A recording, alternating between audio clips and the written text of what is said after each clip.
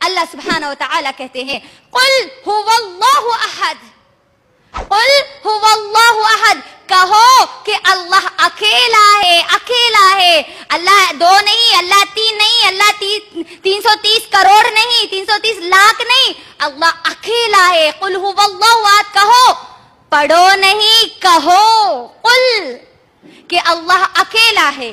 اللہ الصمد، اللہ بے نیاز ہے، اللہ کو کسی چیز کی ضرورت نہیں ہے، نہ اللہ کو کھانے کی ضرورت ہے، نہ اللہ کو پینے کی ضرورت ہے، نہ اللہ کو کسی پرساد کی ضرورت ہے، اللہ کو نہ کسی شرنی کی ضرورت ہے، اللہ کو نہ کسی نیمبو یا ناریل کی ضرورت ہے، اور نہ ہی اللہ سبحانہ و تعالیٰ کو کسی چڑھاوے یا پھر کسی اگربتی کی اللہ کو ضرورت ہے۔ اللہ کو کسی کی ضرورت نہیں ہے، ہر چیز کو اللہ کی ضرورت ہے۔ اللہ کو ماں باپ کی ضرورت نہیں ہے، اللہ کو بیوی اور بچوں کی ضرورت نہیں ہے، لم یلد ولم یولد، اللہ کی کوئی اولاد نہیں، نہ اللہ کسی کی اولاد ہے، نہ اللہ کی کوئی اولاد ہے، نہ عیسیٰ علیہ السلام اللہ کے بیٹے ہیں، نہ عزیر علیہ السلام اللہ کے بیٹے ہیں۔ ولم یکن لہ کفوا احد، اللہ کے جیسا کوئی ہرگز ہو ہی نہیں سکتا۔ اللہ اکبر، یہ ہے اللہ سبحانہ و تعالیٰ کا تعارف جو ہر بقرعید کے موقع پر، ہر عید الاضحیٰ کے موقع پر مجھے اور آپ کو سکھایا جاتا ہے۔ میری ماں اور بہنوں، اللہ سبحانہ و تعالیٰ کسی کے جیسا ہو ہی نہیں سکتا، کیونکہ اللہ سبحانہ و تعالیٰ نے قرآن مجید میں کیا کہا؟ لیس کمثلہ شیء، اللہ کے جیسا تو دور کی بات ہے، اللہ کے جیسی کوئی مثال بھی نہیں ہے۔ اللہ اکبر، اللہ کون ہے جس کی کوئی مثال بھی نہیں ہے، کوئی مثال ہی نہیں ہے، اس کے لیے کوئی مثال بیان کی ہی نہیں جا سکتی، وہ ہے ہم سب کا رب۔ اللہ وہ ہے جس کی کوئی پکچر نہیں ہے، کوئی مورتی نہیں ہے، کوئی بت نہیں ہے، کوئی پرتیما نہیں ہے۔ آج افسوس ہوتا ہے مجھے ہمارے مسلمان بہنوں اور بھائیوں پر، اور خاص طور پر ہمارے غیر مسلمان بھائی اور بہنوں پر جو اپنی دھارمک کتابیں یعنی مذہبی کتابوں کا مطالعہ نہیں کرتے۔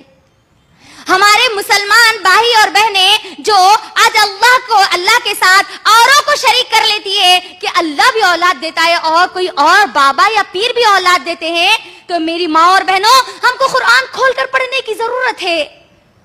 آج ہم قرآن سے دور ہونے کی وجہ سے ہمارا یہ عقیدہ اتنا خراب ہو چکا ہے، اس عقیدے کی خرابی کی وجہ سے ہم جہنم میں جانے کا ذریعہ یہ بن سکتے ہیں۔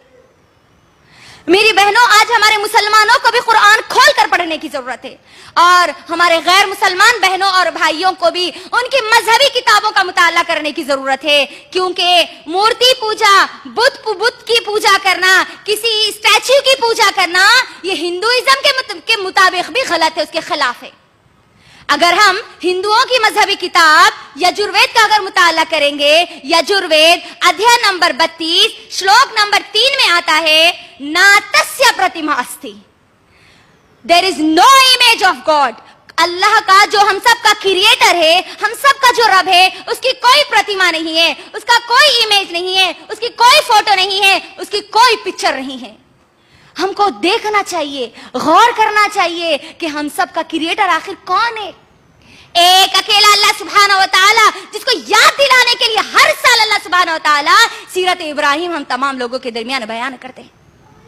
میری بہنوں، ہمارے جو عیسائی بھائی اور بہنیں ہیں، ان کو بھی اپنی مذہبی کتاب کا مطالعہ کرنا چاہیے۔ وہ جو کانسیپٹ ٹرینٹی کا، ایک اللہ تین کا جو کانسیپٹ وہ پیش کرتے ہیں، وہ بائبل کے خلاف جاتا ہے۔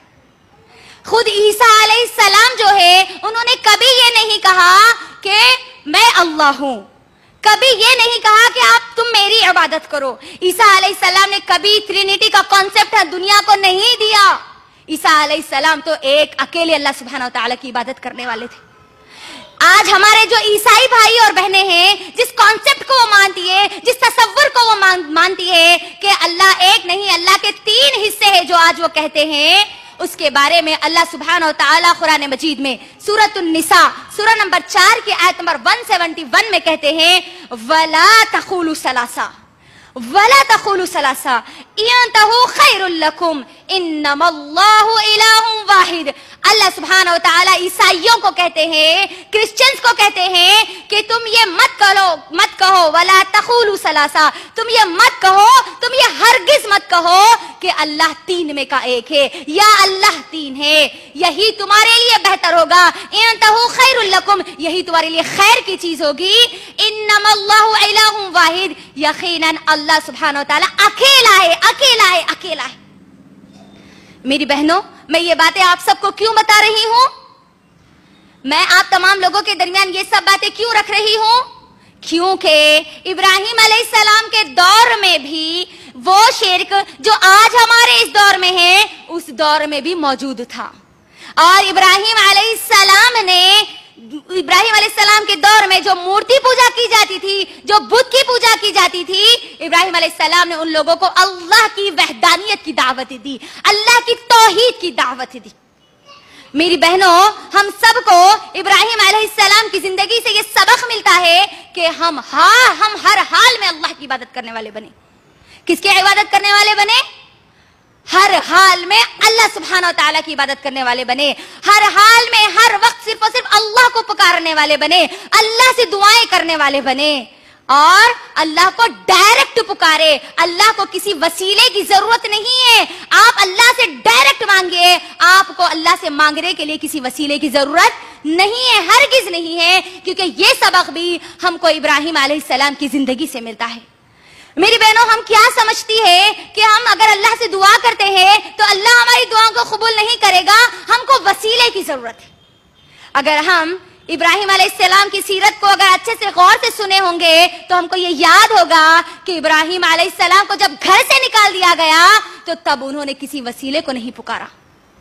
ابراہیم علیہ السلام کے قوم نے ابراہیم علیہ السلام کو آگ میں ڈالنے کے لیے تیار کر دیے. اس وقت بھی ابراہیم علیہ السلام کسی کا وسیلہ نہیں لیا. جس وقت ابراہیم علیہ السلام کو آگ میں ڈالا جا رہا تھا، مختلف احادیث میں آتا ہے کہ بارش کا فرشتہ بھی وہاں پر موجود تھا، پہاڑ کے فرشتے بھی وہاں پر موجود تھے، مختلف فرشتے وہاں پر موجود تھے. بس اللہ کے حکم کا انتظار کر رہے تھے کہ اللہ کا حکم آئے اور وہ ابراہیم علیہ السلام کو بچا لے. لیکن ابراہیم علیہ السلام اپنے چہرے پر مسکراہٹ لیے ہوئے کیا کہہ رہے تھے اس وقت؟ حسبی اللہ و نعم الوکیل، بے شک میرا اللہ میرے لیے کافی ہے. اللہ اکبر. مجھے بتائیے، کیا ابراہیم علیہ السلام نے کسی وسیلے کو پکڑا؟ کسی اور کو پکارا؟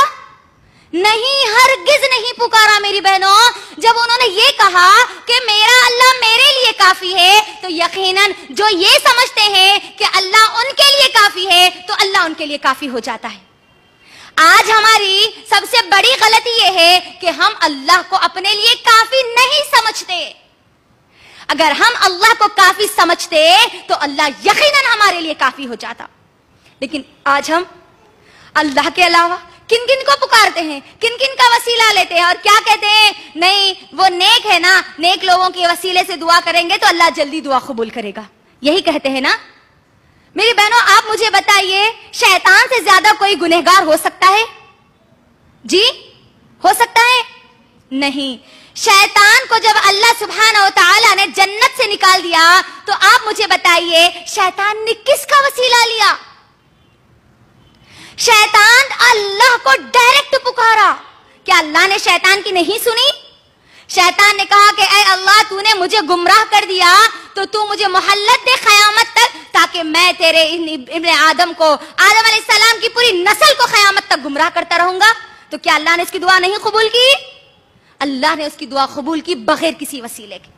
جب ہم اللہ سے ڈائریکٹ مانگیں گے نا، اللہ کو ڈائریکٹ پکاریں گے نا، تو اللہ ہماری ڈائریکٹ مدد کرے گا.